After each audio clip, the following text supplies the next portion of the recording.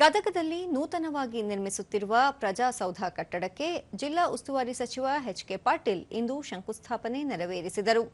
ಈ ವೇಳೆ ಜಿಲ್ಲಾಧಿಕಾರಿ ಡಾ ಸಿಎನ್ ಶ್ರೀಧರ, ನಗರಾಭಿವೃದ್ಧಿ ಪ್ರಾಧಿಕಾರದ ಅಧ್ಯಕ್ಷ ಅಕ್ಷರ ಬಬರ್ಚಿ, ಅಪರ ಜಿಲ್ಲಾಧಿಕಾರಿ ಡಾ ದುರುಗೇಶ್, ತಹಸೀಲ್ದಾರ್ ಶ್ರೀನಿವಾಸ ಕುಲಕರ್ಣಿ ಮತ್ತಿತರರು ಉಪಸ್ಥಿತರಿದ್ದರು.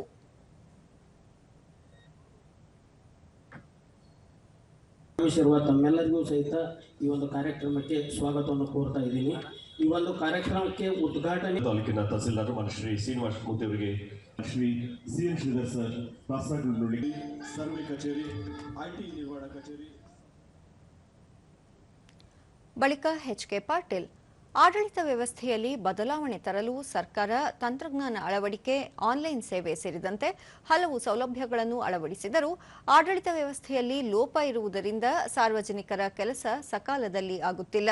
ಹೀಗಾಗಿ ಜನರು ನಿತ್ಯ ಸರ್ಕಾರಿ ಕಚೇರಿಗೆ ಅಲೆದಾಡುವಂತಾಗಿದ್ದು, ಅಧಿಕಾರಿಗಳು ಈ ಸಂಬಂಧ ಆತ್ಮಾವಲೋಕನ ಮಾಡಿಕೊಳ್ಳಬೇಕಾಗಿದೆ ಎಂದು ಹೇಳಿದರು. ಮುಂದಿನ 1 ವರ್ಷದೊಳಗಾಗಿ ಪ್ರಜಾಸೌಧವನ್ನು ನಿರ್ಮಾಣ ಮಾಡಿ ಜನರ ಸೇವೆಗೆ ಬಳಕೆಯಾಗುವಂತೆ ಮಾಡಬೇಕು ಮತ್ತು ಜನಸಾಮಾನ್ಯರ ಸಮಸ್ಯೆಗಳಿಗೆ ಪರಿಹಾರ ಕಂಡುಹಿಡಿಯಬೇಕಾಗಿದೆ ಎಂದರು. ಕೆಲಸ ಆಗಿಲ್ಲ ಅಂತೇಳಿ ತಾಸುಗಟ್ಟಲೆ ಕಾದು ಹೇಳೋದಕ್ಕೆ ಬರ್ತಾರೆ ಅಂದ್ರೆ ನಮ್ಮಲ್ಲಿ ಇರುವ ಲೋಪವನ್ನು ನಾವು ಆತ್ಮಾವಲೋಕನೆ ಮಾಡಿಕೊಂಡು.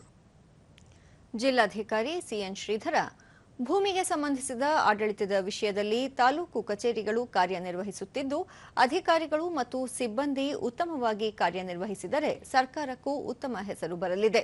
ಈ ನಿಟ್ಟಿನಲ್ಲಿ ಶ್ರಮಿಸಬೇಕು ಎಂದು ಹೇಳಿದರು. ಹ್ಯೂಮನ್ ಇಂಟರ್ಫೇಸ್ ಇದ್ದಾಗ ಹೀಗಿರ್ಬೋದು ಹಾಗಿರ್ಬೋದು ಅಂತ ಹೇಳೋ ಇಂಟರ್ಫೇಸ್ ತೀರ್ಮಾನ, ಹ್ಯೂಮನ್ ಇಂಟರ್ಫೇಸ್ ಅದನ್ನ ಹೋಗಲಾಡಿಸಕ್ಕೆ ಅಗತ್ಯ ಕ್ರಮ ಕೈಗೊಂಡಿರ್ತೀವಿ.